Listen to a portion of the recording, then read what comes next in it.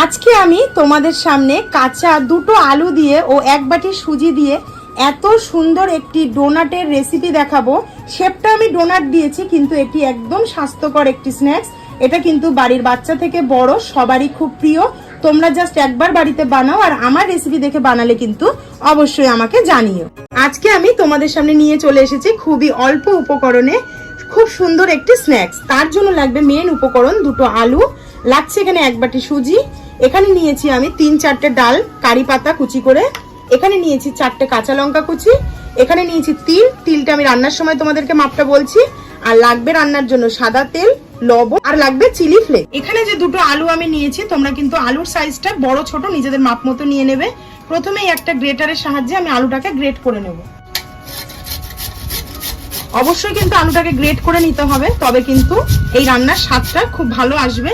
এরকম লম্বা লম্বা করে নিতে হবে। আলু দুটোকে এখানে আমি একদম দেখো গ্রেট করে নিয়েছি। এবার এখানে এরকম পরিষ্কার জল নেব, জলের মধ্যে সমস্ত গ্রেট করা আলুটাকে দিয়ে দেব, দিয়ে খুব ভালো করে আলুর যে সাদা কষটা রয়েছে এটা খুব ভালো করে ধুয়ে নেব। তো দেখো আলুটা ধুয়ে আমি এখানে একদম পরিষ্কার জলের মধ্যে মিনিট 10 ভিজিয়ে রাখবো। এই রান্নাটার জন্য কিন্তু একদমই বেশি তেল লাগবে না। এখানে আমি বড় চামচের 1 চামচ মতো তেল দিয়ে দেবো। এখানে আমি যে কাঁচা লঙ্কাটা নিয়েছিলাম দিয়ে দেবো সেই কাঁচা লঙ্কা কুচি, হালকা একটু নাড়াচাড়া করে নেব। এখানে যে কারি পাতা নিয়েছিলাম দিয়ে দেবো সেই কারি পাতা। এখানে কারি পাতা আর কাঁচা লঙ্কাটা খুব ভালো করে ভেজে নিয়েছি। এবার আমি উপর থেকে দিয়ে দেবো সাদা তিল। এখানে আমি 3 চামচ দিলাম সাদা তিল। সাদা তিলটা কিন্তু অবশ্যই দেবে, সাদা তিল দিলে কিন্তু খেতে ভীষণই ভালো লাগে, আর কারি পাতা দিলে কিন্তু স্মেলটা খুব সুন্দর আসে। তো এবার এটাকেও আমি লো টু মিডিয়াম ফ্লেমে একটু খুব ভালো করে ভেজে নেব। উপর থেকে দিয়ে দেবো 1 চামচ চিলি ফ্লেক্স। ঝালটা কিন্তু তোমরা তোমাদের একদমই স্বাদ অনুযায়ী দেবে, যে যেরকম ঝাল পছন্দ করো সেরকম। ভাজতে ভাজতে এখানে 2.5 মিনিট মতো আমি এগুলোকে লো টু মিডিয়াম ফ্লেমে ভেজে নিয়েছি। খুব সুন্দর কিন্তু গন্ধটা বেরিয়ে গেছে। এবার আমি দিয়ে দেবো এখানে এই ছোট বাটির 2 বাটি জল। জলটা দিয়ে সমস্ত মশলাগুলোকে ভালো করে মিশিয়ে একটু ফুটে ওঠা পর্যন্ত অপেক্ষা করব। জলটা এখানে হালকা করে ফুটে উঠেছে। এই পর্যায়ে দিয়ে দেবো আমি 1 চামচ লবণ। লবণটাও কিন্তু নিজস্ব স্বাদ অনুযায়ী দেবে।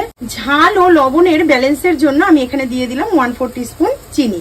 চিনিটা কিন্তু আমি যখন ইনগ্রিডিয়েন্টস দেখিয়েছি তখন কিন্তু আমি তোমাদেরকে দেখাইনি, তো এখানে কিন্তু চিনিটা অবশ্যই দিতে হবে। এখানে কিন্তু জলটা ফুটে উঠতে শুরু করেছে। এবার এখানে যে আলুটাকে আমি গ্রেট করে নিয়েছিলাম সেটা ছাঁকনির সাহায্যে ছেঁকে দিয়ে দেবো। আলুটা কিন্তু এই জলের মধ্যে সেদ্ধ হবে, আর পুরো সেদ্ধ হবে না, পুরো এখানে কিন্তু হাফ সেদ্ধ করব আলুটাকে। গ্যাসের ফ্লেমটাকে হাই করে এখানে আমি ভালো করে আলুটাকে আধা সেদ্ধ করে নিয়েছি। দেখো দেখলেই বুঝতে পারবে এখানে আলুটা আধা সেদ্ধ হয়ে গেছে। এই পর্যায়ে আমি এখানে 1 বাটি সুজি নিয়েছি, দিয়ে দেবো সুজিটা। প্রথমে অল্প অল্প করে দিয়ে মিশিয়ে নেব, তারপর আবার অর্ধেকটা দেবো। একসাথে দিলে কিন্তু এর ভিতরে একটা লামস এসে যাবে, তখন কিন্তু ডোটা খুব সুন্দরভাবে কিন্তু হবে না।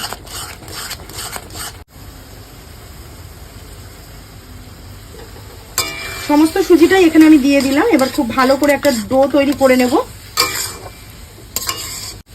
যখন সুজিটা আমি মেশাবো তখন কিন্তু গ্যাসের ফ্লেমটাকে একদম লো করে দেব, কারণ সুজি যখনই জলের সংস্পর্শে আসবে তখনই কিন্তু সুজিটা হার্ড হয়ে যাবে, শক্ত হয়ে যাবে সুজিটা, তখন কিন্তু নাড়তে খুবই সমস্যা হবে। যদি গ্যাসের ফ্লেমটা এখানে জোরে দেওয়া থাকে তবে কিন্তু তলা লেগে যেতে পারে। এইভাবে আমি লো ফ্লেমে 2 থেকে 3 মিনিট সুজির ডোটাকে খুব ভালো করে নাড়াচাড়া করে নেব। ডোটাকে এখানে আমি কিন্তু পাক দিয়ে নিয়েছি, একদম শক্ত হয়ে গেছে। এবার আমি এই পর্যায়ে 2 থেকে 3 মিনিট ঢেকে রাখবো। এটা সব সময়ের জন্য মনে রাখতে হবে যে 2 বাটি জল যেহেতু নিয়েছি সেই বাটিরই কিন্তু 1 বাটি সুজি নিতে হবে। এটা কিন্তু মোস্ট ইম্পর্টেন্ট এই রেসিপিটির জন্য। তো চলো এটা কিছুক্ষণ ঢাকা দিয়ে তারপর আমরা ডোটাকে ভালো করে মেখে নেব। 5 মিনিট হয়ে গেছে। এবার আমি ঢাকা তুলে ডোটা এই থালায় নামিয়ে নেব। এই ডোটা কিন্তু গরম থাকতে থাকতে হাতের সাহায্যে খুব ভালো করে মেখে নিতে হবে, আর মাখার সময় কিন্তু খুব সাবধান। এটা কিন্তু প্রচন্ড গরম। মেখে মেখে দেখো একদম কিন্তু মসৃণ হয়ে গেছে ডোটা। এবার এখান থেকে এরকম ছোট ছোট আকারে নিয়ে নেব। এটা কিন্তু তোমরা ছোট বড় যে কোনো আকারই নিতে পারো। দুটো হাতের সাহায্যে একটা বল তৈরি করব, করে জাস্ট এটাকে দুটো হাতের সাহায্যে এরকম চেপে ছোট ছোট ডোনাটের শেপ দিয়ে নেব। মাঝখানটা এরকম আঙুলের সাহায্যে গর্ত করে দেব। যেমনই খেতে ভালো হয় তেমনই কিন্তু খুব সুন্দর, এটা তৈরি করতেও কিন্তু ভীষণ ভালো লাগে। এরকম হাত দিয়ে দিয়ে চেপে দেবে যাতে সাইডটা খুব সুন্দর লাগে দেখতে। তো এইভাবে আমি সমস্ত ডোনাটগুলো রেডি করে তারপর আবার ফিরে আসছি। আলু ও সুজির ডো দিয়ে দেখো কত সুন্দর ডোনাটের একটা স্ন্যাক্স আমি তৈরি করে ফেলেছি। এবার চলো তোমাদেরকে একটু ভেজে দেখাই। ডোনাটগুলো ভাজার জন্য এখানে আমি বেশ খানিকটা সাদা তেল দিয়ে দেবো। তেলটা ভীষণ ভালো করে গরম হয়ে গেছে। এবার আমি এক এক করে ডোনাটগুলো সব ছেড়ে দেবো।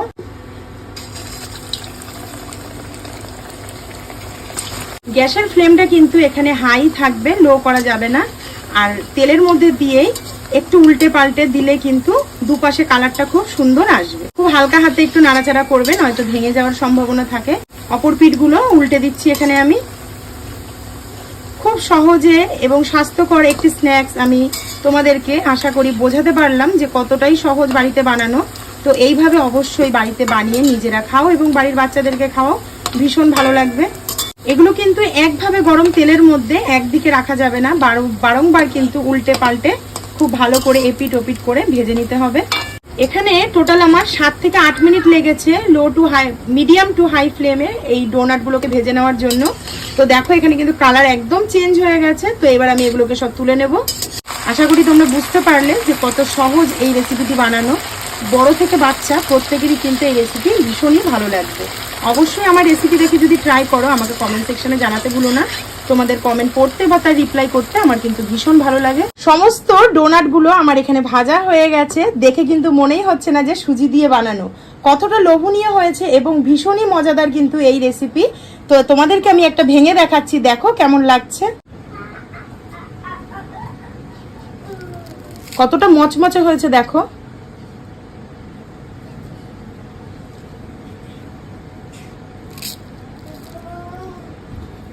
ভিতর পর্যন্ত কিন্তু কুকিংটা খুব সুন্দর হয়েছে। ভিডিওটি ভালো লাগলে অবশ্যই একটি করে লাইক করে দিও। আর নিত্য নতুন ভিডিও দেখবার জন্য আমার চ্যানেলটিকে অবশ্যই সাবস্ক্রাইব করে নিও। আর কমেন্টের মাধ্যমে তোমাদের মতামত জানিও। আজকের ভিডিওটি এখানেই শেষ করলাম। কালকে দেখা হচ্ছে খুব শিগগিরই নতুন একটি ভিডিওর সাথে। টাটা।